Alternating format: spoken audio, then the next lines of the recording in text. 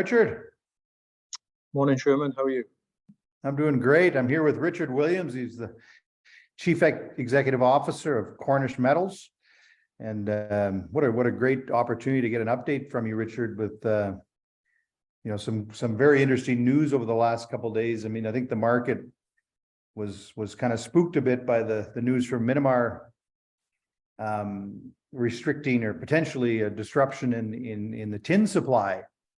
And of course, Cornish Metals is, got a fantastic tin deposit in Cornwall in the United Kingdom. And I think that's where you are right now. Yeah, that's right. Flew down to Cornwall this morning. Down here, we've got some potential investors visiting over the next couple of days. So it's always good to see interest in what we're doing in this part of the world. And yeah, you're right. There's been some interesting developments in the tin world over the last couple of days, for sure. Well, in fact, I believe tin hit pretty much an all-time high at close to 28,000 a ton. I mean, it's pretty significant news because I think that region is the third largest producer in the world. So I guess, part of what I'd love to get your views. I mean, we're talking about tin. Also, Cornish has got some interesting prospects on the copper side of the world as well. And with electrification and all there's many pundits believe that, we're just at the beginning of a super cycle for commodities. So I think I told you I had a text from one of our Cornish shareholders just the other day saying, what a great time to be exploring for tin. Well, we're not exploring for tin. We actually have a tin deposit, but maybe throw it back over to you, Richard, to give us an update. Well, I think probably the best place to start is your first point about the tin price. We did actually see tin price last year peak at $50,000 a ton, which spooked a lot of people. But it was clearly an indication of how tight the tin market is. I think we've seen, since 2003, 2004, when the EU passed the legislation outlawing the use of lead solder, and the only suitable replacement was tin solder. Large drawdown of tin stocks to meet that demand in the electronics world, and that demand just seems to keep growing as we get into this whole phase of the energy transition, this drive towards so-called net zero, as you alluded to, the technology supercycle, conversion to electric vehicles, renewable power, more computing, storage capacity, better computer processing. All of these things need semiconductors. So, all of these things that you're seeing in the geopolitical world currently, this threat with China, Taiwan, obviously what's happening in Russia, Ukraine, the importance of security of supply, and that brings me on to what's happened in Myanmar. 75% of all the mined tin in the world today comes from 3 countries in Southeast Asia. It's China, Myanmar, and Indonesia. And Myanmar has been producing anywhere up to 50,000 tons of tin per year. And there was an announcement from the whoever rules that part of the world, the Wa province in Myanmar, that they were going to put an end to tin mining to preserve their own resources. And that sent a bit of a shock through the market, and that was reflected with a significant jump in the tin price over the last couple of days. And we saw that reflected in interest in Cornish Metals as well, where we saw some good trading volume yesterday in particular. And I think it's a reflection of a number of things. One is there aren't that many tin companies listed on public exchanges. I think we are the only company that has a dual listing between Canada and the UK. There aren't many projects in the tin space in the Western world that are ready to come on stream and be producers. In fact, there's no primary tin production in Europe. There's none in North America. And when you look at all the electronics companies, the Apples, the Googles of this world, they all use a lot of semiconductors, but all of these things are glued together with tin. So tin is a critical mineral now in the US. It's a critical mineral in Canada. And last July, it was classified as a critical mineral in the UK. So I think there's a great opportunity for us. We've got a project here that was a mine for over 400 years. Earliest production was in 1592.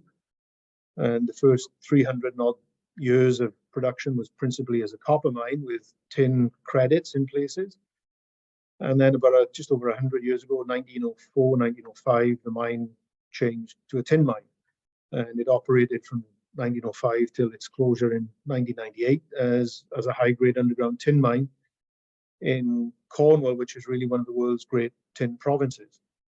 And so we've got a project here that has a long life as a tin producer. It's got a mine permit that's valid until 2071. We've got full planning permission to build a new process plant. We've got the environmental permit to dewater the mine. And I think most importantly, we've got the social license, we've got the support of the local community to see the mine go back into production. And I think that's critical to any project today in the Western world. So exciting times. We've always thought that tin was going to be a very desirable product. And I think we're starting to see that come to reality now. Yeah, we sure are. And I mean, to see the underlying movement of the price has been fantastic. And, you know, we had a similar kind of update in the silver market yesterday with another CEO. And, you know, I just sort of highlighted to investors that, I mean, there's a couple of ways to play the commodities. One is you can just buy the underlying commodity, you know, certainly not as feasible when it comes to tin. I mean, you can go out and buy silver bullion, but you're not going to go out and buy a truckload of tin.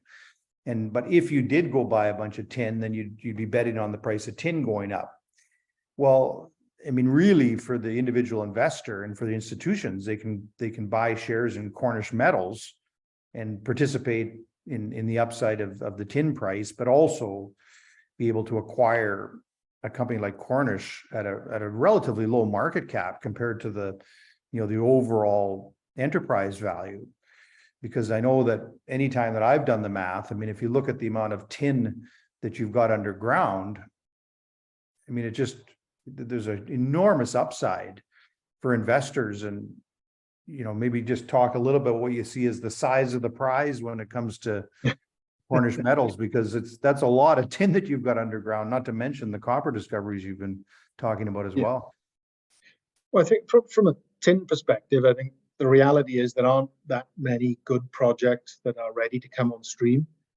And if you look at, you know, the International Tin Association is an umbrella organization that captures information from the whole spectrum of participants in the tin world, from explorers and developers like ourselves through producers, smelters, tin recyclers, research and development, end users. And with this whole energy transition and conversion to a more electrified economy, the ITA, through its discussions with various end users, see demand by 2030 grow into about somewhere between 500,000 to say 540,000 tons of tin per year, whereas currently demand is in the order of 370,000 tons a year. So you're looking at a 30 to 40, 45% growth in demand. And, you know, we look at South Crofty as a project that has the potential to maybe produce in the order of 4,500, 5,000 tons of tin per year.